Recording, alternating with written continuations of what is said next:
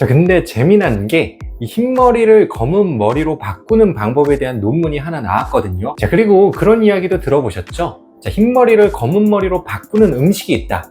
뭐 대표적인 게 자, 이러한 민간요법이 근거가 없는 것이냐? 사실 그건 또 아니거든요.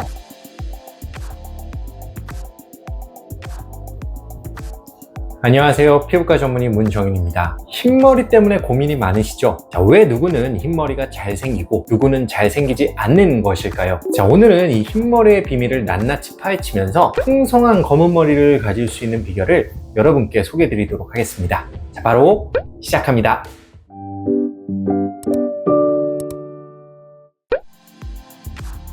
자, 흰머리 때문에 스트레스 받는 분들 많으시죠? 저도 어렸을 때부터 이 흰머리가 있어서 나이 들어 보인다는 소리를 많이 들었었는데요. 그런데 유독 흰머리가 잘생기는 사람이 있고 반대로 잘생기지 않는 사람들이 있습니다. 도대체 흰머리가 왜 생기는 걸까요? 흰머리를 해결하기 위해서는 먼저 흰머리의 원인에 대해 자세히 알고 있어야겠죠. 사실 흰머리가 생기는 원인을 한두 가지로 정의하기는 어렵습니다. 여러 가지 복합적인 원인에 의해 흰머리가 발생하는데요. 가장 핵심적인 원인으로는 유전적인 요인, 노화로 인한 멜라닌 세포의 기능 감소, 호르몬 변화, 환경적인 요인 등이 있습니다. 유전적 요인이 약 30%를, 나머지 요인이 약 70%를 차지한다고 하는데요. 인종에 따른 차이도 있어서 백인이 흑인이나 아시아인보다 흰머리가 더 빨리 생기는 편입니다. 다들 잘 아시다시피 멜라닌 세포는 우리 몸의 피부색을 결정하는데요. 피부뿐만 아니라 눈동자와 머리카락 색깔도 결정짓는 중요한 세포입니다. 나이가 들면서 멜라닌 세포의 활동이 줄어들거나 멜라닌 세포 자체의 숫자가 감소하게 되면 머리카락에 멜라닌 색소가 적게 침착되고 점차 머리카락이 흰색으로 변하게 됩니다. 사실 이러한 현상은 자연스러운 노화 과정의 일부인데요. 따라서 누구나 나이가 들면 어느 정도 흰머리가 생길 수밖에 없죠. 하지만 이 모든 사람의 흰머리가 동일한 시기에 나타나지 않는 것에는 유전자가 크게 작용을 합니다. 자, 예를 들어 가족 중에 이 흰머리가 일찍 생기거나 많이 난 경우 나 역시도 흰머리가 일찍 나거나 많이 날 수가 있겠죠. 특히 이 아버지 쪽에 흰머리가 많이 있다면 어머니 쪽보다 그 영향을 받을 확률이 높은데요. 자, 남성이 이 여성보다 흰머리가 빨리 나는 경우가 많고 이 흰머리를 유발하는 유전자의 변이가 주로 아버지 쪽에서 전달되기 때문이라는 이 설명도 있습니다. 자, 이와 관련하여 현재 의학계에서는 이 멜라닌 세포의 생존과 이 멜라닌 색소 합성에 관여하는 다양한 유전자가 이 흰머리 발생에 영향을 줄 것으로 생각을 하고 있죠. 흰머리 발생에는 갑상선 호르몬의 불균형도 영향을 미칩니다. 이 갑상선 호르몬이 과잉 분비되는 갑상선 기능 항진증의 경우 우리 몸의 대사 과정이 빠르게 가속화되는데요. 이렇게 되면 머리카락의 성장과 퇴화 과정도 빨라지고 그 결과 모낭의 멜라닌 색소 생산에 변화가 생기면서 흰머리가 조기에 나타날 수 있습니다. 반대로 갑상선 호르몬이 부족한 갑상선 기능 저하증의 경우 우리 몸의 전반적인 대사 과정이 느려지는데요. 이 때문에 머리카락 성장에 필요한 영양소의 흡수와 운반이 제대로 이루어지지 않게 되고 멜라닌 세포의 활동에도 문제가 생길 수 있죠. 결과적으로 머리카락 색깔이 변하거나 흰머리가 더 일찍 나타나는 원인이 될 수 있습니다. 자, 우리가 이 평소에 마주하는 자외선,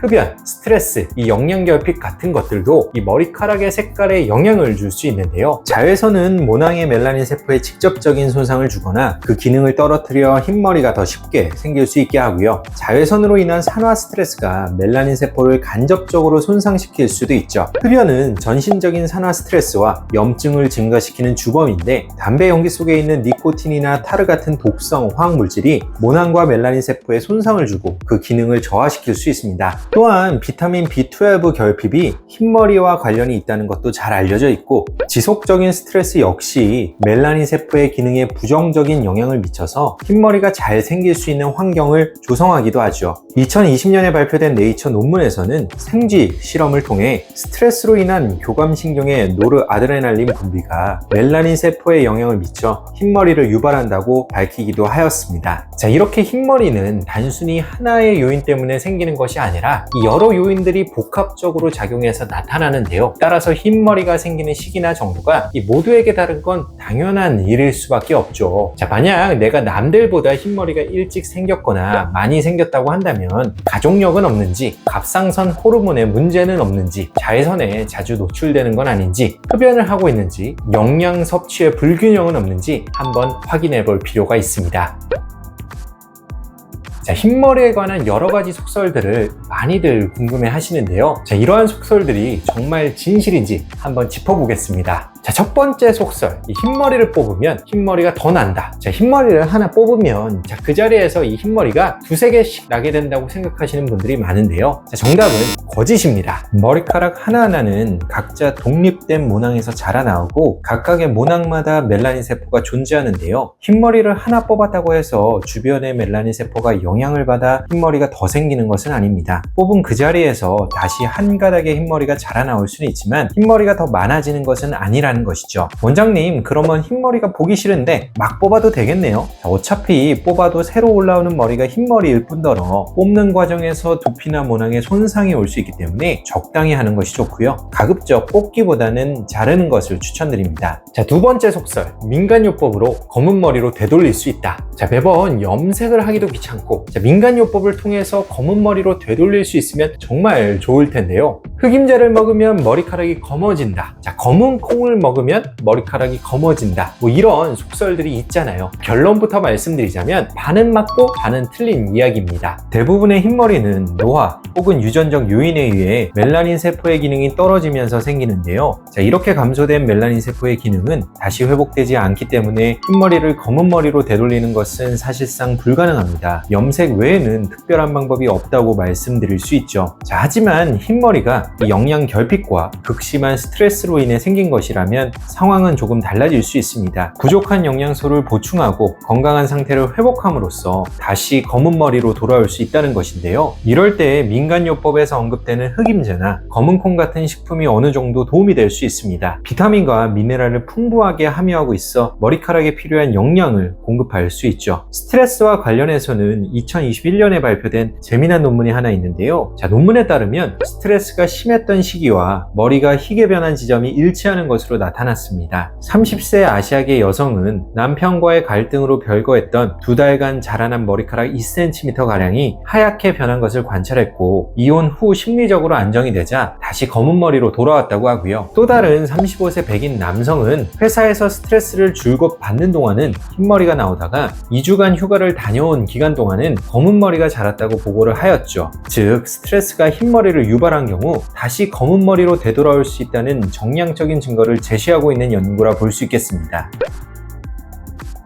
영양 결핍이나 스트레스로 인한 것이 아니라면 한 번 생긴 흰머리를 염색 없이 검은 머리로 바꾸는 것은 사실상 어렵습니다. 따라서 중요한 것은 흰머리의 발생을 최대한 늦추고 머리카락의 건강을 개선하기 위한 여러 가지 방법들을 실천하는 것이죠. 머리카락이 건강하게 성장하고 색깔을 잘 유지하기 위해서는 몇 가지 영양소가 필요합니다. 특히 비타민 B군, 비타민 D, 비타민 E, 그리고 구리와 아연이 정말 중요하죠. 비타민 B12는 모낭의 멜라닌 세포가 정상적인 기능을 수행할 수 있도록 돕는데요. 비타민 B12가 결핍되면 DNA 합성과 세포 분열이 저해되면서 머리카락 성장이 제한되고 흰머리가 생길 수 있습니다. 따라서 육류, 생선, 계란, 유제품 같은 비타민 B12가 풍부한 동물성 식품을 잘 섭취하는 것이 좋습니다. 비타민 D 또한 머리카락 성장을 도와주는데 비타민 D 수치가 낮으면 머리카락이 잘 자라지 않고 흰머리가 생길 위험이 증가합니다. 지방이 많은 생선이나 버섯, 계란 노른자에서 찾을 수 있고 햇빛도 적당히 쬐어주는 것이 좋습니다. 비오틴은 머리카락 건강을 위해 필수적인데요. 비오틴 부족 시 머리카락이 빠질 수 있고 색도 변할 수 있습니다. 비오틴은 견과류, 계란, 아보카도, 연어 등에 풍부하게 포함되어 있습니다. 구리는 멜라닌 색소를 만드는 중요한 역할을 하기 때문에 머리카락 색깔을 결정하는 데 있어서도 꼭 필요한 미량 원소입니다. 견과류에 많이 들어있습니다. 아연은 머리카락의 성장과 수리에 필수적인 요소로 소고기, 호박씨, 렌틸, 콩 등에서 섭취할 수 있습니다. 모낭의 멜라닌 세포를 산화 스트레스로부터 예방할 수 있도록 비타민 C, 비타민 E 같은 항산화제가 풍부한 음식을 섭취하는 것도 좋습니다. 시금치, 브로콜리, 케일과 같은 녹색 채소류, 딸기, 오렌지, 자몽과 같은 시트러스 계열의 과일이 대표적이죠. 흡연이 흰머리 발생에 미치는 영향은 동물 실험과 사람 대상 실험을 통해 이미 잘 입증이 되어 있습니다. 특히 직접 흡연뿐만 아니라 주변 사람의 담배 연기에 노출되는 간접 흡연도 흰머리를 유발할 수 있는데요. 따라서 금연을 권장드리며 간접 흡연도 가능한 피하시는 게 좋습니다. 마찬가지로 흰머리의 주요 원인이 생긴 스트레스도 명상이나 운동 등의 적절한 해소 방안을 통해서 최대한 줄이도록 노력해야겠죠. 이미 흰머리가 많이 생긴 상태라면 주기적으로 염색을 하고 계실 텐데요. 하지만 염색약에는 머리카락과 두피에 자극을 줄 수 있는 화학 성분들이 들어있기 때문에 너무 자주 하는 것은 좋지 않고요. 일반적으로 6에서 8주 이상의 간격으로 염색하는 것을 추천드립니다. 자, 오늘은 이 흰머리를 해결하기 위해서 어떻게 관리하는 게 좋은지 자세하게 알아보았는데요. 자, 오늘부터 더 이상 흰머리가 생기지 않도록 제가 말씀드린 내용을 잘 실천해 주시길 부탁드립니다. 지금까지 피부왕 경례 원장 문정윤이었습니다. 감사합니다.